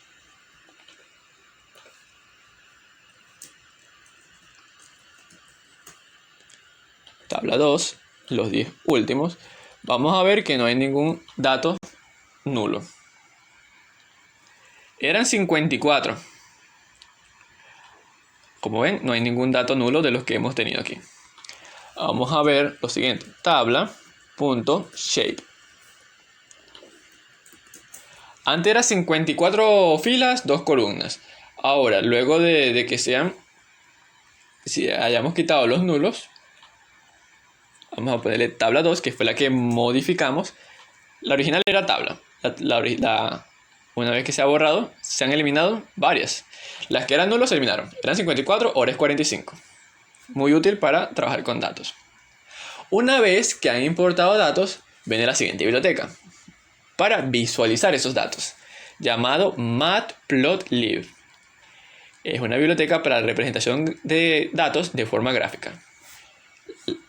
Escribimos pip en nuestro terminal install matplotlib. Si no saben los comandos, simplemente pueden buscar esta página pipe. Por ejemplo, buscan el nombre de la biblioteca y le va a salir la referencia. Usted va a leer esa página pipe y les va a decir cuál es el comando que tienen que utilizar para instalar cierta biblioteca. Por ejemplo, yo quiero una biblioteca para reconocimiento de voz.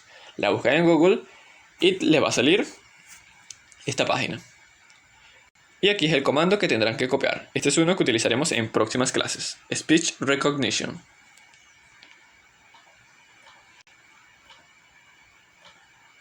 Ok, import matplotlib. Vamos a crear dos listas. 1, 2, 3, 4, 5, 6 y una lista Y. 1, 4, 1, 4, 9, 16, 25, 36. Y aquí es donde viene la primera función de matplotlib. La guardamos en la variable plt. plt.plot. Plot nos crea un gráfico, una línea, una función continua, emparejando los valores de x y y. 1 con 1, 2 con 4, 3 con 9, 4 con 10, 5 con 25 y 6 con 36. Los combina como puntos y luego los une como una línea continua. Aquí hemos creado una gráfica del 1 al 6, que es una parte de una función cuadrática. Y el color es el tercer atributo, pues primera lista, segunda lista, el color. Le pueden colocar el nombre completo, orange por ejemplo, o simplemente la inicial de ese color. Por eso el blue le puse simplemente B. Resumido o completo. Así hemos creado nuestra primera gráfica. También nos permite trabajar con barras horizontales. Utilizamos plt bar h o barras horizontales, lista X, lista Y, y que estén alineados en el centro, align center. Nos va a decir que 6 es igual a 36, 5 es igual a 25, 4 es igual a 16, 3 es igual a 9, 2 es igual a 4 y 1 es igual a 1. Aquí está muy cerca de los números, ya que tiene una escala de 5, 10, 15, 20, 25. Barras horizontales. Otro elemento de datos que pueden utilizar muy frecuentemente es el histograma. Utilizamos plt.hist. Aquí lo que estamos viendo. ¿Recuerdan la tabla que creamos arriba con los datos promedios del precio de una casa? Median House Value. Yo quiero que me los muestre en un histograma. Median House Value lo muestra en un histograma.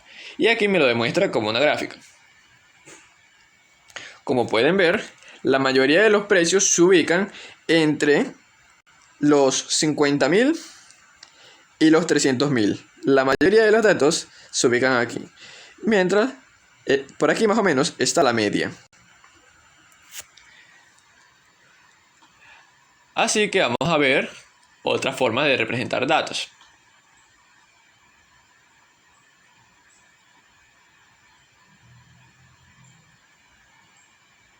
Ya vemos diagrama de línea, diagrama de barras, histograma. Ahora vamos a ver diagrama de puntos.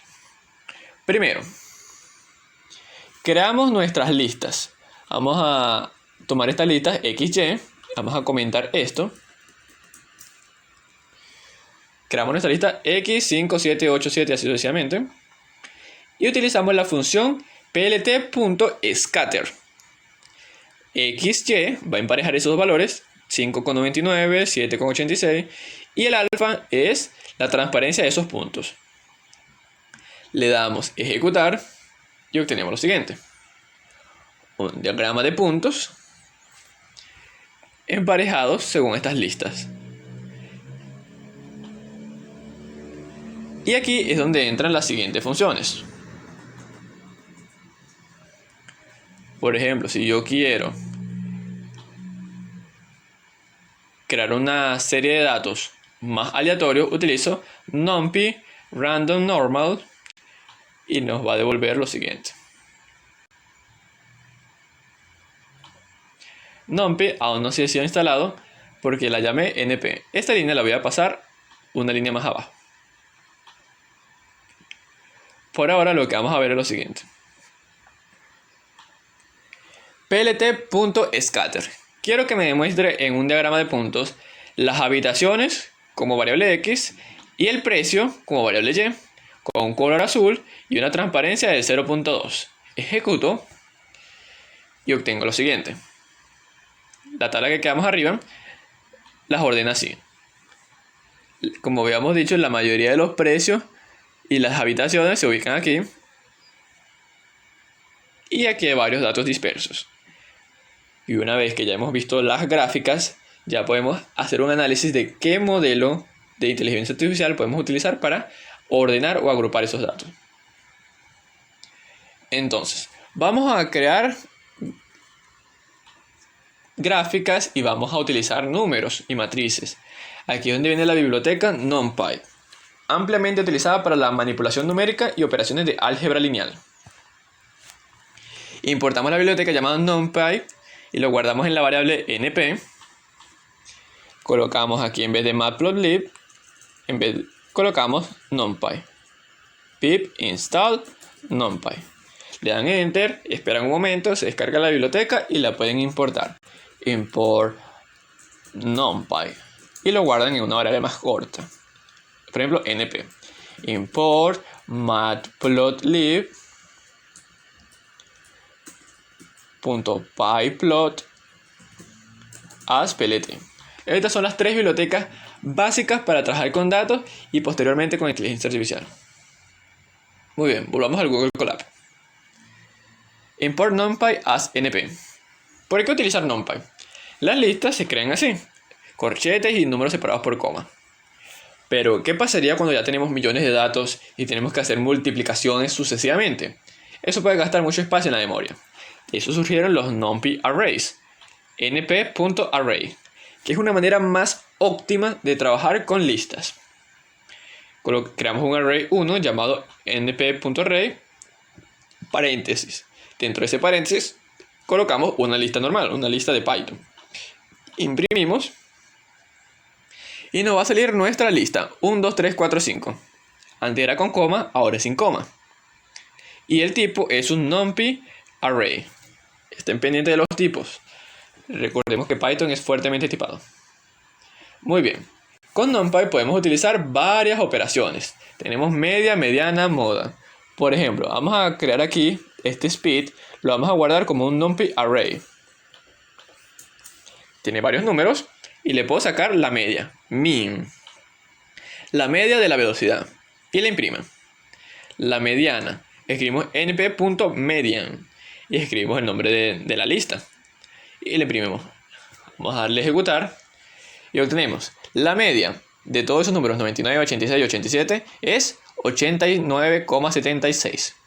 La mediana, recordemos que la mediana es el valor central luego de ordenar. Ordenamos este número de menor a mayor, elegimos el valor central y dio 87.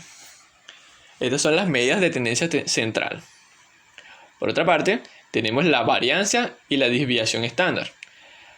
La varianza nos dice qué tan alejados están los números. Tenemos una lista y calculamos la varianza. Y también tenemos la desviación estándar aquí arriba. La desviación estándar nos dice qué tan dispersos están los valores, qué tan alejados están de la media. Por ejemplo, 86, 87, 88, 86, 85 y 86. Quiero calcular la desviación estándar. Utilicen la función std, Standard Deviation, de la lista speed. La imprimimos y nos dice que una desviación estándar de 0,90. Mientras más pequeño el número, más cercano están a la media. Mientras más grande el número, están muy dispersos los datos. Por otra parte, tenemos la varianza, muy utilizada en estadística, que nos dice también qué tan dispersos están los datos, pero elevado al cuadrado, quitándole el signo, para que la distancia sea siempre positiva. Calculamos la varianza, que es el cuadrado de la desviación estándar, 0,9 al cuadrado nos da 0,81. Muy bien. Ya sabemos cómo calcular media, mediana, desviación estándar y la varianza. También podemos crear una distribución de números uniformes. Por ejemplo, yo quiero números desde el 0 hasta el 5 y que salgan 100 muestras. Utilizamos la función np.random.uniform. Le damos a ejecutar y obtendremos 6 números aleatorios entre 0 y 5. Random uniform. Otra función de NumPy se llama aRange. Nos crea un rango entre 0 y ese número. Por ejemplo, arrange 3 nos crea una lista o un NumPy array de 0, 1, 2. O podemos colocar arrange de 0 a 3 y nos imprimir lo mismo, 0, 1 y 2. Pueden colocar el valor de inicio o no colocarlo, pero lo que importa es el valor del final. Aquí les coloqué el formato. Valor de inicio, valor de final y el paso. El paso es opcional, el inicio es opcional, pero el final sí es obligatorio. Por ejemplo, un rango de 3, un rango de 0 a 3. Aquí vamos a crear el siguiente.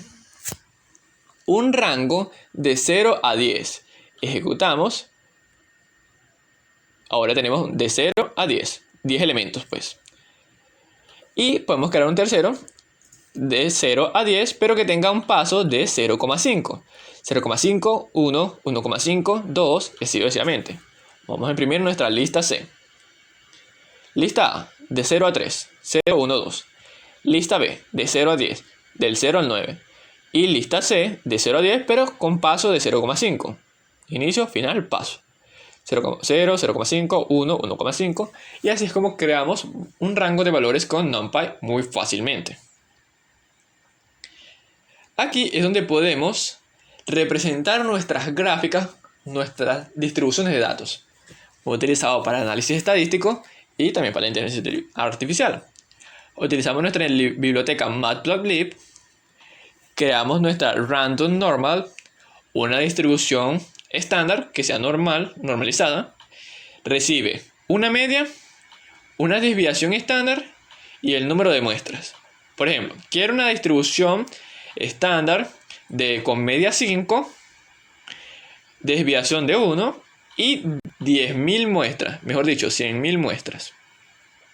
Y que las muestre esa variable X en un histograma. Y nos crea esta gráfica. Un histograma de 100.000 muestras. Y que tienen una distribución estándar o una distribución normal. Con media 5, como pueden ver aquí. Aquí está el valor 4. Aquí está el valor 6. Y la media va a estar en el número 5. Y la hemos mostrado con un histograma.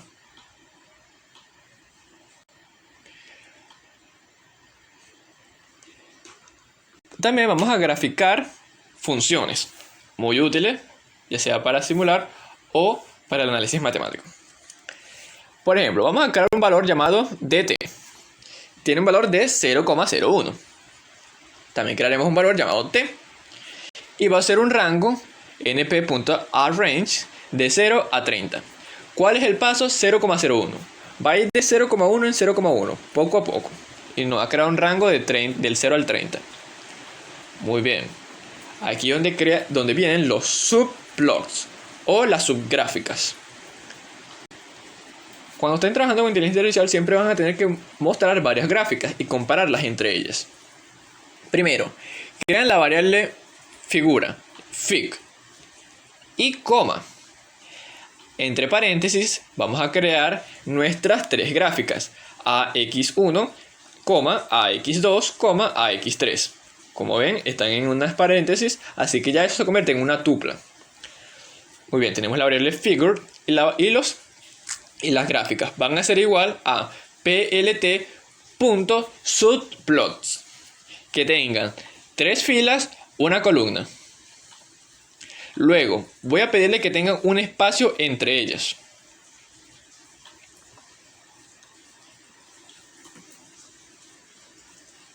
Que tengan un espacio entre ellas. También utilizo mi función plot para formar una gráfica. Recuerden que habíamos creado una variable t y una variable dt. Muy bien, quiero que me grafique la variable t en el eje de las x y la variable seno de t en el eje de las y. ¿Qué es seno de t? Y con esta función ax1.grid que me demuestre una cuadrícula. Vamos a darle a ejecutar para ver lo que estamos obteniendo. Ejecutar. Vamos a ver aquí. No hemos creado las variables. Aquí, ejecutamos. Creamos t y creamos dt. Ahora sí la podemos mostrar. Ejecutamos. Y obtendremos nuestras gráficas. Como ven, se han creado 3 gráficas.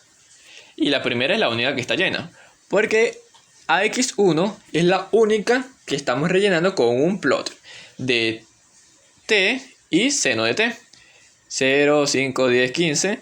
Y vemos la gráfica de la función seno. Con XLabel le colocamos una etiqueta al eje de las X. Aquí pueden ver una X. Y con YLabel le colocan la etiqueta para el eje de las Y. Por ejemplo, quiero ver X y seno de X. En el eje de las X y en el eje de las Y. Y por último, plt.show para mostrar nuestras gráficas. Si tú quieres crear varias gráficas, tendrías AX2 y AX3. Plot 1, plot 2. Y las mostramos, ¿verdad? Aquí tenemos seno y coseno. Vamos a borrar esta última mientras tanto. Ejecutamos y obtendremos 2 gráficas. La gráfica de seno en azul y la gráfica de coseno en naranja. Como ven, el seno comienza en 0 y el coseno comienza en 1. Las dos están separadas, pero tú las puedes graficar hasta en el mismo recuadro. ¿Qué se hace? En vez de escribir en 2 ejes separados, vamos a escribir t seno de t, t coseno de t. ¿Qué estamos pidiendo? A nuestra función plot le estamos dando 4 valores. Los 2 primeros para la primera gráfica, los 2 segundos para la segunda gráfica. Eso nos los graficará en el mismo recuadro. Veamos el resultado. Porque a veces tendrás que comparar 2 valores. Aquí estamos comparando la gráfica de seno y coseno en un mismo recuadro. Por último, en la vida real te encontrarás con que las gráficas o los datos van a tener mucho ruido o datos muy extraños. Así que nosotros podemos simular ese ruido con la siguiente función. np.random.rand n y le pones un número. En este caso utilizamos la longitud length de esa variable t. Recordemos que la variable t tenía 30 elementos. Así que nosotros le podemos agregar, ya hemos creado un ruido. Si a nuestra tercera gráfica ax3.plot quiero graficar el t coseno de t, pero le quiero sumar a esa gráfica un pequeño ruido, que es lo que hicimos aquí. Le colocamos su etiqueta en X, su etiqueta en Y, y le colocamos su cuadrícula. Y por último, plt.show. Le damos a ejecutar y obtendremos nuestras 3 gráficas. Seno, coseno y una gráfica de coseno pero con ruido. Como pueden ver a continuación, ya la gráfica se ve muy dispersa, muy similar a la realidad, cuando estén analizando señales. Por ejemplo, audio, sonidos. Si tú quieres que tu resultado aleatorio mantenga su valor para reproducirlo, utilizas random seed y le pones un número elevado. Y por último, siempre que estén trabajando, van a hacer lo siguiente. Importan sus 3 bibliotecas, Matplotlib, Pandas y NumPy. Leen su archivo de datos, que en este caso era la tabla datos de Excel. Vamos a colocarle un slash, porque esta no es la ruta correcta. Le damos a ejecutar. Listo, ya tenemos nuestra tabla, que es la que yo les pedí al inicio del API. Vemos sus dimensiones, 54,4. Y luego las graficamos. Primero, vamos a comentar estas dos. Así se ven sus datos en una gráfica. Los datos que yo solicité. Como ven, están muy cercanos, muy cuadrados. Así que les agregué este pequeño ruido. Creé un random rand con una longitud de y, el tamaño de esta variable. Y luego se la sumé a cada variable. Lo vuelvo a graficar y miren lo que obtengo. Unos datos con ruido y se parece más a lo que uno obtendría en la realidad. Cuando estén haciendo gráficas también pueden hacer lo siguiente. Crean una función. Esta es la función sigmoide, muy utilizada en inteligencia artificial para las redes neuronales. 1 entre 1 más e a la menos x. La e es np.x de exponencial. Creo un rango de menos 100 a 100 y grafico la variable x y en el eje de las y la función sigmoide de x. X sigmoide de x. Pongo su cuadrícula, ejecuto. Primero la defino aquí, porque aquí va a producir un error. Listo, ejecuté la función sigmoide y luego la grafico.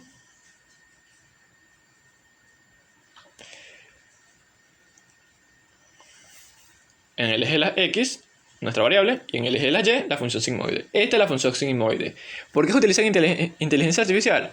Para poder separar valores entre 0 y 1, variables binarias. ¿Esto es un perro o no es un perro? ¿Esto es un gato o no es un gato? Y así pues clasificar diferentes elementos. Y eso veremos en las siguientes clases. Veremos ejercicios de regresión, predecir números, ejercicios de clasificación, clasificar dos elementos, y de modelos de generación. Pero hasta ahora terminamos con la clase de hoy, que fue análisis de datos y el Python desde cero. Gracias, espero que les haya gustado.